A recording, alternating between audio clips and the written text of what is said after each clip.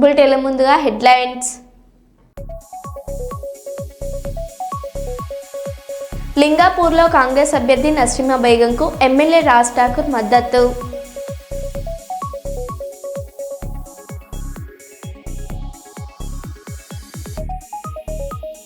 పోతిరెడ్డిపాడులో వైఎస్ఆర్ కాంగ్రెస్ భారీ బహిరంగ సభ.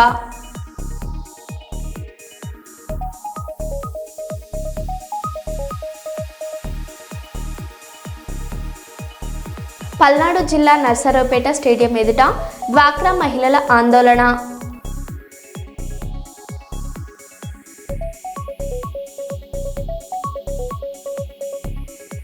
శ్రీకాకుళం కలింగంపట్నం చేరుకున్న సిఐఎస్ఎఫ్ భారీ సైకిల్ ర్యాలీ బృందం.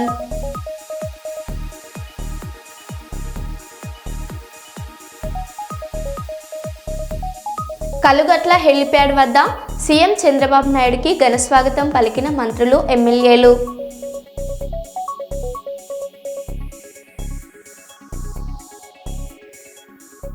ఇక వివరాల్లోకి వెళ్తే, సిద్దిపేట జిల్లా గజ్వేల్ ప్రజ్ఞాపూర్ మున్సిపాలిటీ పరిధిలోని 14వ వార్డులో జనసేన పార్టీ బలపరిచిన అభ్యర్థి జంగం స్వాతి సుధాకర్ ముదిరాజ్ ఇంటింటి ప్రచారంలో నిర్వహించారు.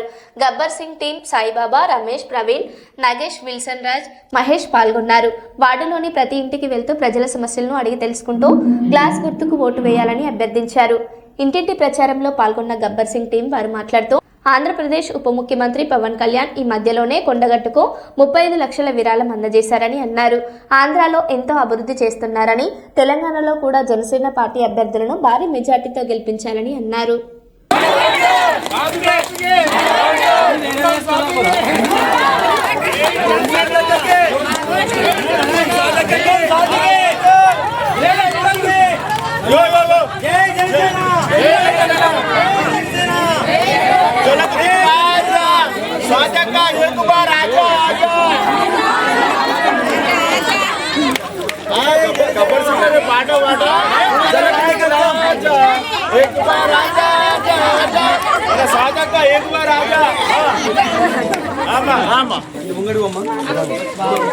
మంచి మంచి పనులు చేస్తున్నాను.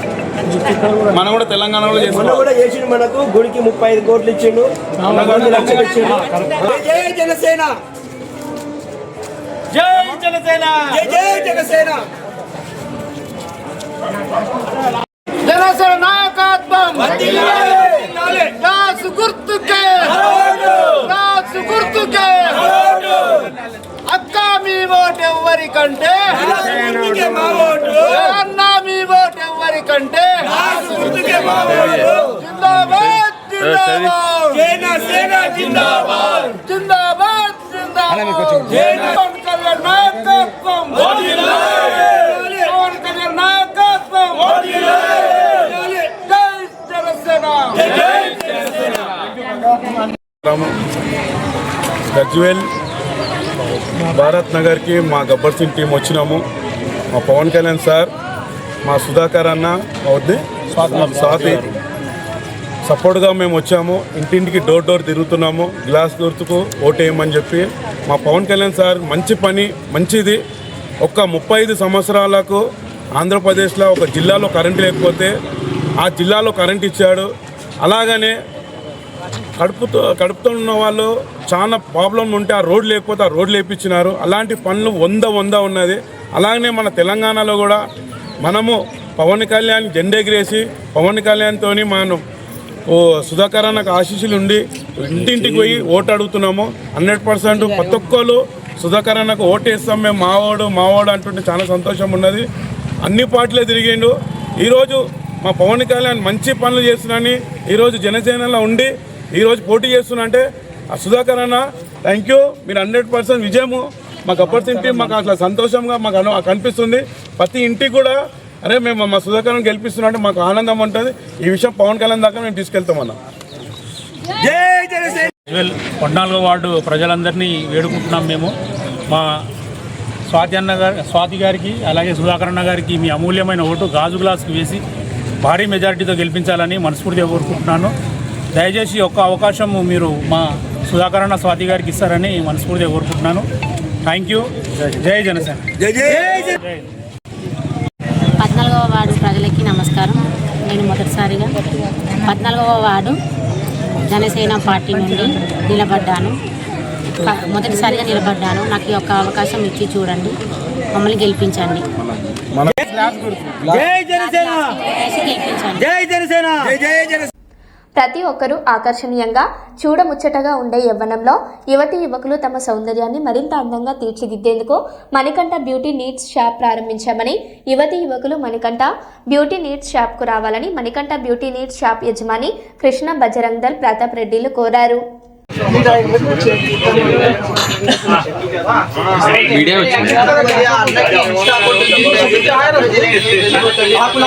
రిటైలర్స్ కూడా ఇస్తాం. ఒకసారి వచ్చి పరీక్షించి చూడండి. మా షాప్ అడ్రస్ వచ్చేసి అబ్దుల్లా ఖాన్ ఎస్టేట్లో అయ్యప్ప స్వామి టెంపుల్ దగ్గర ఉంటుంది. Manikanta beauty needs.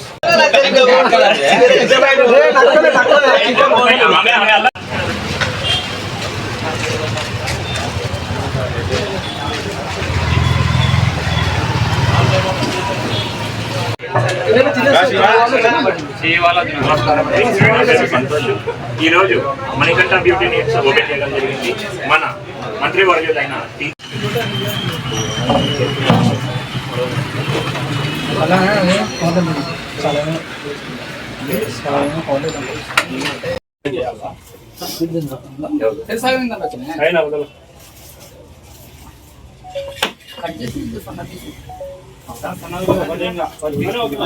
ప్రారంభోత్సవ సందర్భంగా మణికంఠ బ్యూటీ నీడ్స్ అధినేతలైనటువంటి కృష్ణ మరియు వారి కుటుంబ సభ్యులకు అందరికీ కూడా కర్నూలు ప్రజల తరఫున అందరికీ కూడా వారికి ప్రత్యేకంగా శుభాకాంక్షలు తెలియజేసుకుంటున్నాం.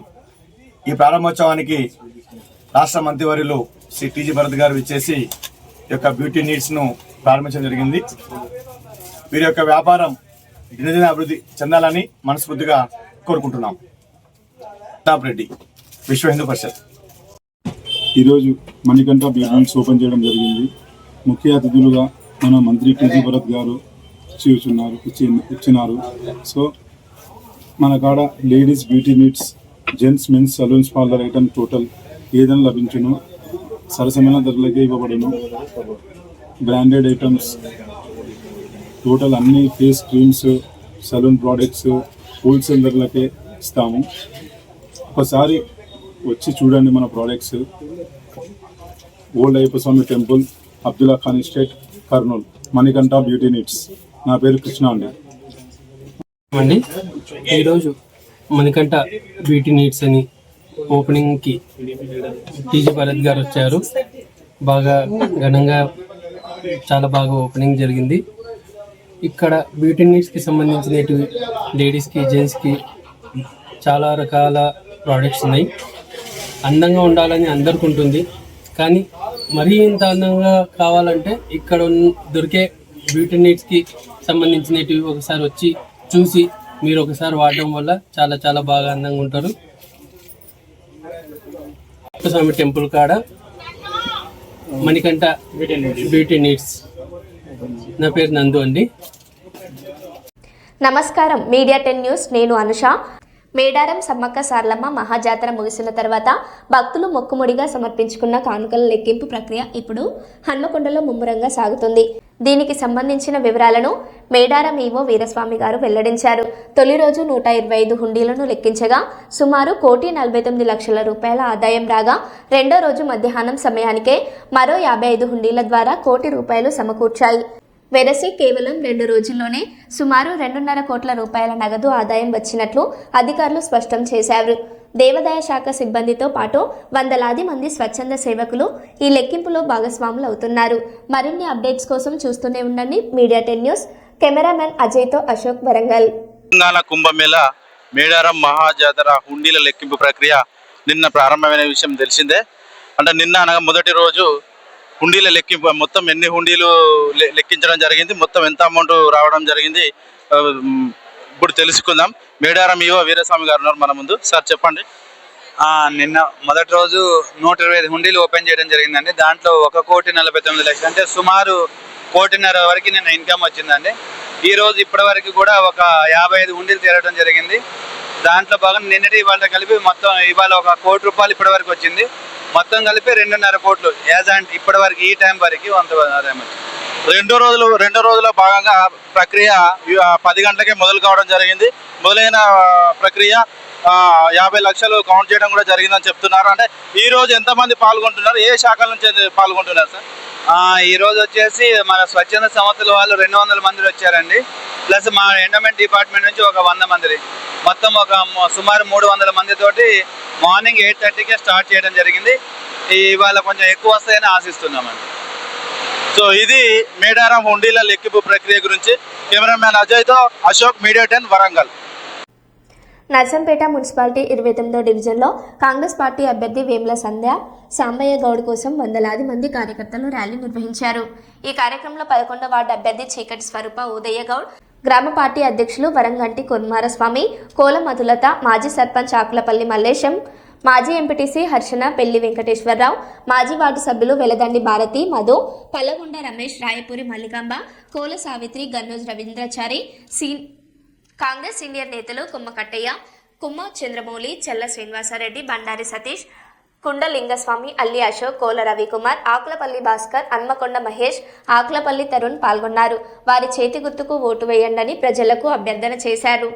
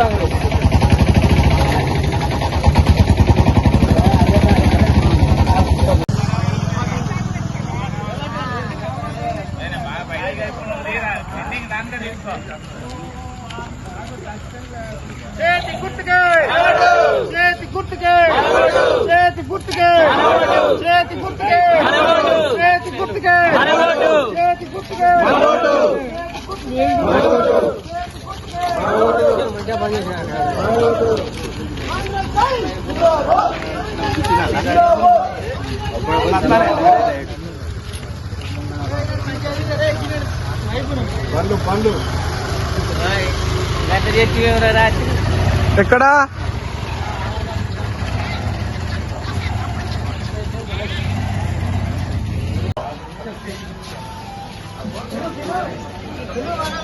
కిలో కూడా చేయాలి న్యాచురల్.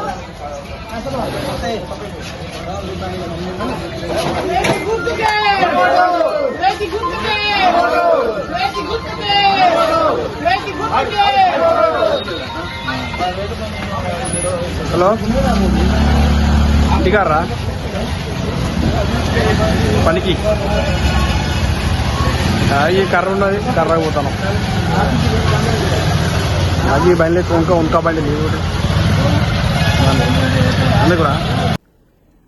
29వ డివిజన్ లింగాపూర్ గ్రామంలో కాంగ్రెస్ అభ్యర్థి నస్రీమా బేగంకు మద్దతుగా రామగుండం ఎమ్మెల్యే రాజ్ ఠాకూర్ హాజరై కాంగ్రెస్ అభ్యర్థిని గెలిపించాలని, గెలిస్తే డివిజన్ అభివృద్ధి పదంలో ముందుండేలా చేస్తానని హామీ ఇచ్చారు.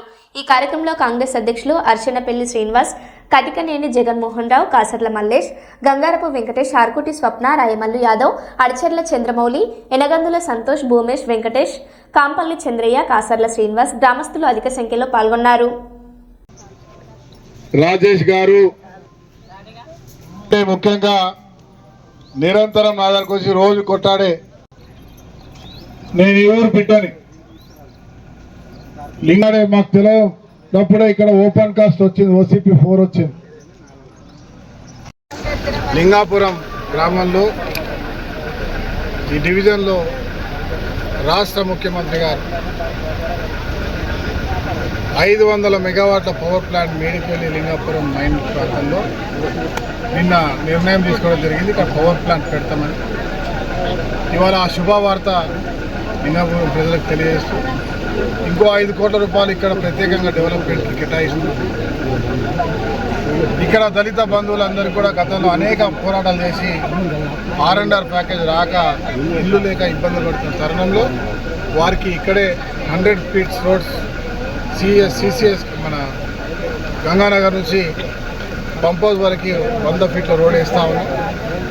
ఆ రోడ్డు హాస్టల్ పక్కనే సుమారుగా 300 మందికి ఇందిరమ్మ వాళ్ళకు హౌస్ ప్లాట్లు ఇస్తూ 5 లక్షలు కేటాయిస్తూ ఇందిరమ్మ ఇల్లు కట్టించే కార్యాచరణ 15 రోజుల ముందే వారికి చెప్పడం జరిగింది. అది 15వ తారీఖు తర్వాత ఆచరణలో పెడతాం.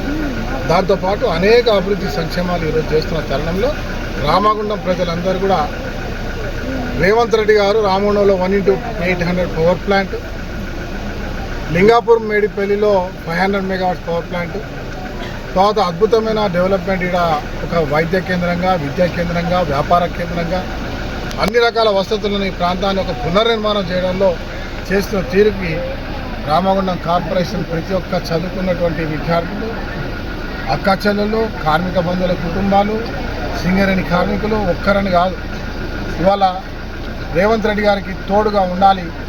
రాజ్ ఠాకూర్ గారు చేస్తున్న శాసనసభ్యుడిగా నన్ను గెలిపించుకొని ఈ జరుగుతున్న అభివృద్ధిలో భాగస్వాములు కావాలని, రేపు జరగబోయే ఎన్నికల్లో ఒకవైపే ఉండాలని నిర్ణయం తీసుకున్నారు.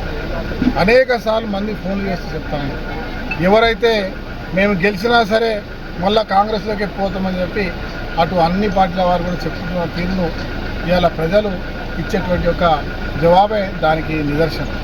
ఇవాళ గెలిచే వైపే ఇంకా 2 సంవత్సరాలు మాత్రమే ఉంది, ఇంకా 8 సంవత్సరాలు ఈ ప్రభుత్వం ఉంటుంది. ఈ 8 సంవత్సరాలు అద్భుతమైన డెవలప్మెంట్ కోరుకునేటువంటి ప్రజలు ఇవాళ కాంగ్రెస్ పార్టీకి ఓటేయడానికి నిర్ణయం తీసుకున్నారు. ఒక సామెత మా ఇంకా అప్పుడప్పుడు పాటలు పాడుతూ ఉంటారు, గాడిదకి గడ్డేసి ఆవుకు పాలు పెడితే రావు. అదే మాదిరిగా ఇవాళ అభివృద్ధి చేస్తున్నటువంటి ప్రభుత్వానికి, కాంగ్రెస్ పార్టీకి ఓటేసేటువంటి ఆలోచన ప్రజలకు ఉంది. కాబట్టి అందరూ కూడా కాంగ్రెస్ పార్టీకి పెద్ద ఎత్తున ఓటేసి గెలిపించాల్సిన రోజున ప్రత్యేకంగా లింగాపురం, రామగుండం ప్రాంతం ఇక్కడ ఉన్న అన్ని డివిజన్స్లో 16,000 కోట్లతో 1x800 రామగుండం పవర్ ప్లాంట్, 5,500 కోట్లతో లింగాపురం మేడిపల్లిలో 500 మెగావాట్ల పవర్ ప్లాంట్ ఈ ప్రభుత్వం క్యాబినెట్లో నిర్ణయం తీసుకొని కేటాయించడం అనేది ఇదొక భారతదేశంలోనే గొప్పగా చెప్పుకునేటువంటి ఒక అంశం. దీన్ని రామగుండం ప్రజలు ఒక వరంగా భావించాల్సిన అవసరం.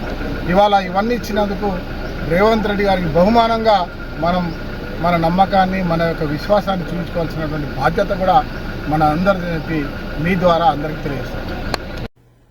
రాయలసీమ ప్రజల సాగు, త్రాగునీటి సమస్యలు తీర్చిదిద్దడమే లక్ష్యంగా వైఎస్ఆర్ కాంగ్రెస్ పార్టీ శుక్రవారంను పోతిరెడ్డిపాడు గ్రామంలో భారీ బహిరంగ సభ నిర్వహించబడింది. నంద్యాల జిల్లా అధ్యక్షులు మాజీ ఎమ్మెల్యే కాటసాని రాంభూపాల్ రెడ్డి, సమన్వయకర్త దారా సుధీర్, సిద్ధార్థ రెడ్డి నేతృత్వంలో జరిగిన ఈ సభలో రాయలసీమకు నిరంతర అన్యాయం జరిగిందని పార్టీ నేతలు విమర్శించారు. వీరు రాయలసీమ లిఫ్ట్ ఇరిగేషన్ ప్రాజెక్టు పూర్తి అయిన తర్వాత సీమ జిల్లాలతో పాటు ప్రకాశం, నెల్లూరు జిల్లాలలో కూడా త్రాగునీరు, సాగునీటి సమస్యలు శాశ్వతంగా పరిష్కారం అవుతాయని చెప్పారు.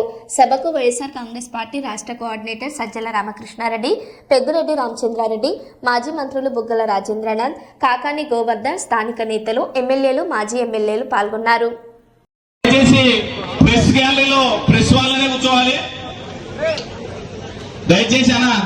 వెనక్కి చైర్లలో కూర్చోవాలని కోరుతున్నాం.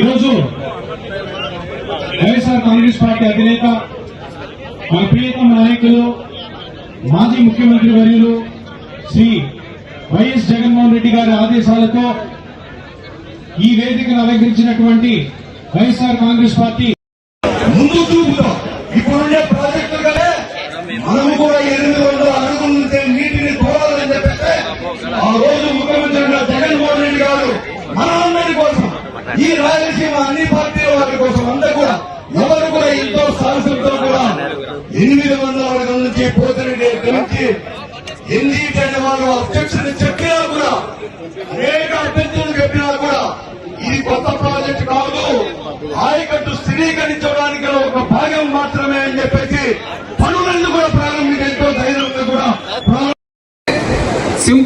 అర్థం కావాలంటే, ఒకటి, రాయలసీమ ప్రాంతానికి నీళ్ళు ఎక్కడి నుంచి రావాలా? ఫస్ట్ పాయింట్, మనం వెనుకబడిన ప్రాంతమా కాదా? ఏం తిరుపతి రెడ్డి, మనం వెనుకబడిన ప్రాంతమా ధనికులమా? వెనుకబడిన వాళ్ళమే కదా, నువ్వు ఒక్కరు ధనికులు మళ్ళా వెనుకబడిన ప్రాంతం కదా.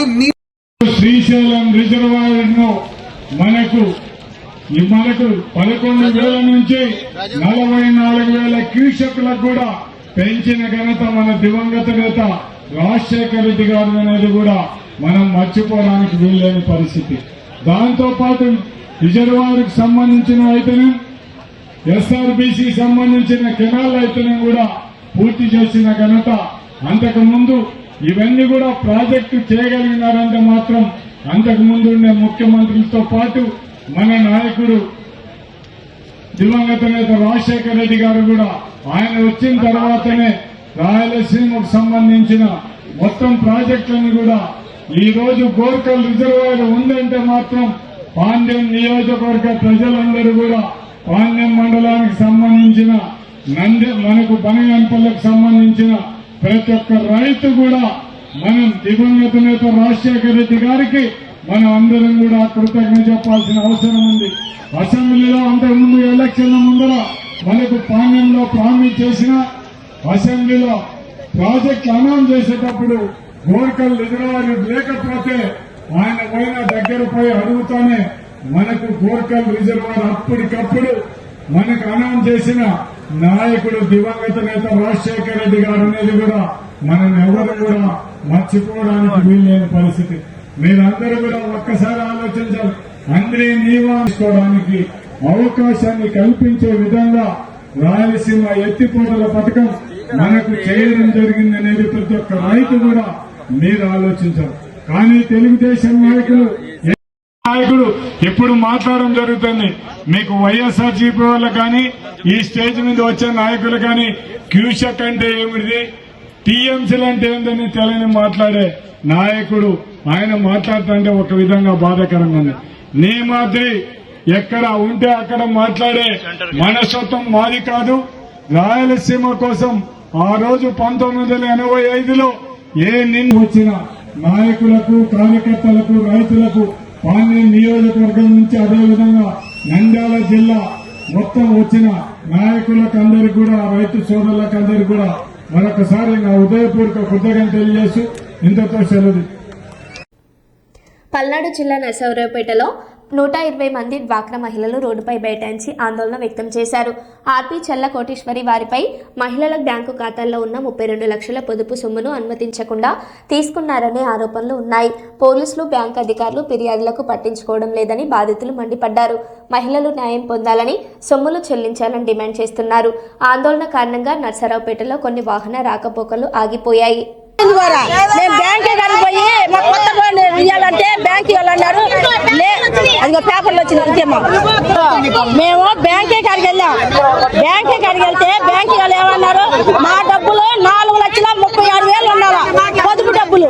ఏందని మా పొదుపు డబ్బులు అంటే, పొదుపు డబ్బులు వడ్డీ కింద చెల్లేసుకున్నామన్నారు. మా పొదుపు డబ్బులు వడ్డీ కింద మీరు ఎక్కడ చెల్లేసుకుంటారండి? మరి ఇన్ని నెలలు అయినా కూడా మాకు నోటీసు ఇవ్వలేదని చెప్పండి. మాకు బ్యాంక్ వాళ్ళు మాకు నోటీసు పంపించకుండా, మాకు ఫోన్ చేయకుండా ఏంది మమ్మల్ని అందరూ మోసం చేశారు. మున్సిపల్ ఆఫీస్ కాడికి వెళ్ళాము, మేము బ్యాంకే కాడికి వెళ్ళాము. మా పొదుపు డబ్బులు 4,36,000 ఉండాలా వడ్డీ కింద వాళ్ళు జమ వేసుకున్నారంటే బ్యాంక్ వాళ్ళు వడ్డీ కింద జమ వేసుకుంటే, అదేం సార్ మా డబ్బులు మీరు జమ వేసుకునేదంటే మీరు కట్టలేదమ్మా అన్నారు. మేము ఎందుకు కట్టలేదని మా డోకలు అయిపోయి 11 నెలలు అవుతుంది. కొత్త డబ్బుల కోసం మేము ఎదురు చూస్తున్నాం. మాకు ఎందుకు ఇదంటే, లేదమ్మా ఇంత మీరు బాకీ ఉన్నది 7,75,000 కట్టాలంట. మా డబ్బులు వాళ్ళ బ్యాంకులో వడ్డీ కింద చెల్లేసుకొని ఇంత తిరిగి మేము కట్టాలంట. మేము 14 లక్షలు అప్పుబడి ఉన్నాము సార్. అందుకని చెప్పండి మేము ప్రజల్ని నమ్ముతున్నాము. మేము కలెక్టర్ గారికి పోయాము. మేడం గారు ఏమనింది, మేము తీసుకుంటామని చెప్పన్నారు. సిఐ గారి దగ్గరికి పోయాము. సాయంత్రం పోతే పొద్దున మేము ప్రతి ఒక్కరి గారికి పోయాము. మున్సిపల్ ఆఫీస్ గారికి పోయాము. ఏంది బాబాపేట పీరువాళ్ళు ఉన్నారు, పీరువాళ్ళ సార్ గారికి వెళ్ళాము. మేము ప్రతి ఒక్కసారి దగ్గర తిరిగాము సార్. మాకు న్యాయం జరగలేదు సార్. మేము ఏ పూటకి ఆ పూటకి కష్టపడే వాళ్ళమే. ఇదిగో వీళ్ళు మమ్మల్ని మోసం చేశారు. సల్లా పద్మ